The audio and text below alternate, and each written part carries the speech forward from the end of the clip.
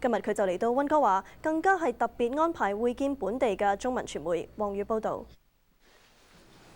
葉禮霆今日帶同兩位資深自由黨國會議員麥嘉蓮同 Scott Brison 嚟到溫哥華會見本地嘅商界及社區人士，了解卑詩省喺經濟不景嘅情況下所面對嘅問題。佢表示喺呢個月27號公佈嘅聯邦預算案一定要保障失業人士。This budget has to protect the vulnerable. We have to have an employment insurance system that allows, for example, work to be shared in the forestry sector in British Columbia. We've got to have an employment insurance system that enables those who lose their job to get training so they can get new jobs. 除此之外，葉禮霆亦強調聯邦政府需要增加基建工程，但佢講嘅似乎同財長弗雷厄蒂之前所講嘅冇咩大分別。葉禮霆就話保守黨政府上台後一直減少基建投資，而家先開始係反應遲鈍。